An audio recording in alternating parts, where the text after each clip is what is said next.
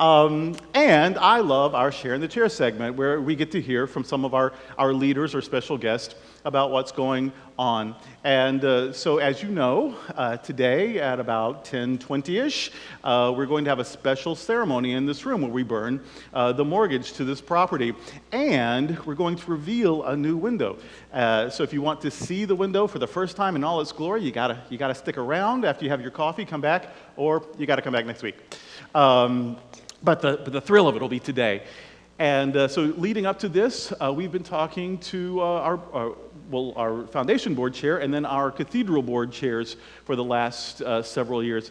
And our immediate past chair is our guest in the chair today, the chair in the chair today, and that would be Deney Priddy. Would you please welcome Deney to this chair?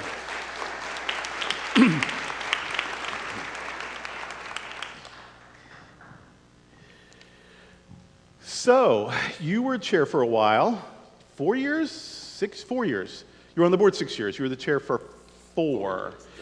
And then at 6 we make you leave, and then about a year later we do, and then we beg you to come back. You have to take a year off, but then if you were good, we're like, come back, or think about joining the foundation board. We want to keep the talent, but in any case, here we are.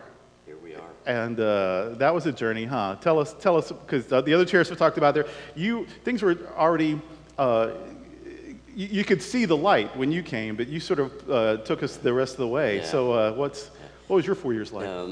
Yes, you could see the light. It was very dim. You could see the light. It was a 40 watt. It was a 40 watt light, but there it was. And we weren't sure if it was the light or if it was a train coming towards us, but it did turn out to be the light. Yeah. So through a real concerted effort of leadership with both the foundation and the board, we're able to see this happen today. And you all have known how bad the history was, how challenging it was. Challenging, yeah. How challenging it was. But we've made it through it. Yeah. We've made it through it. And so from this day forward, you're going to see other things happening. Mm-hmm. But they only happen because of you. They don't happen because of the leadership of the foundation or the cathedral. They happen because you participate. You actively participate. I was thinking coming over here that basically the leadership's job is to kind of show the vision, and then we are charged with getting you to see the vision. And if we can do that, then we're successful. As Moses was leading the Jews out, I think it was Aaron who went to Moses and said, they're all running amok because they can't see you, and so you need to be out in the front. And so that's part of leadership for me, is you have to be out in the front leading, so that people can see that you're leading, and then they will follow. I always tell the board when I was chair was, if you will lead, people will follow. If you will lead, people will follow, and that's the most important thing that leadership lacks today, is that the ability to lead. You have to have the vision. You have to be willing to lead. And you set that tone. You would meet with staff people, not to interfere, but just to be present. You would go to foundation board meetings, right, just to know what's going on. You would welcome people to come to board meetings. You would come to almost every event possible. You were very visible in things. So you actually demonstrated that kind of be seen leadership, and it was very encouraging, I think, for people to see that level of involvement. And you were also good about inviting people to consider joining various parts of leadership. There's 2 or 3 people on our board that are there because you recruited them. Exactly.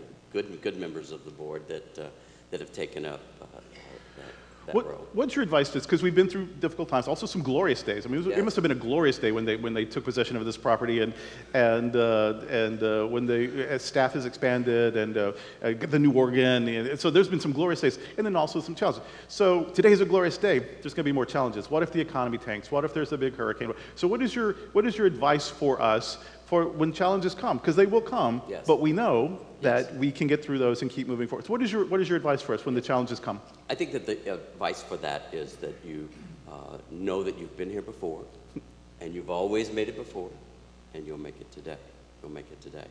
I draw a lot on what people say about the cathedral. And I want to share this quick story about you. What will cause you to make it through those stories through those storms, is that I'm reminded of a person who attends church through the computer, and he's Nigerian.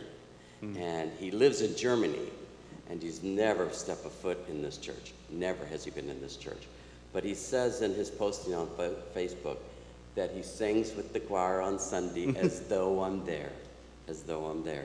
Now this kid came from Nigeria, moved to Germany with his mother. His mother now is gone, and he still draws from the power that we have.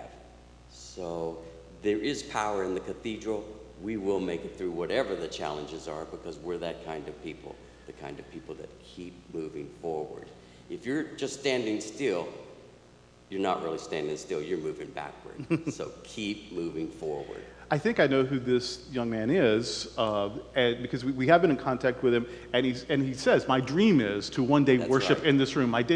And we have actually promised him that if he can get visas and all that stuff worked out, that next Christmas he will be worshiping with us in this room. And so we're going to make that happen. What a blessing. And so all of this because of your generosity and because of our shared leadership with people like Deney. Would you please thank Deney Priddy for his years of leadership and service? Perfect.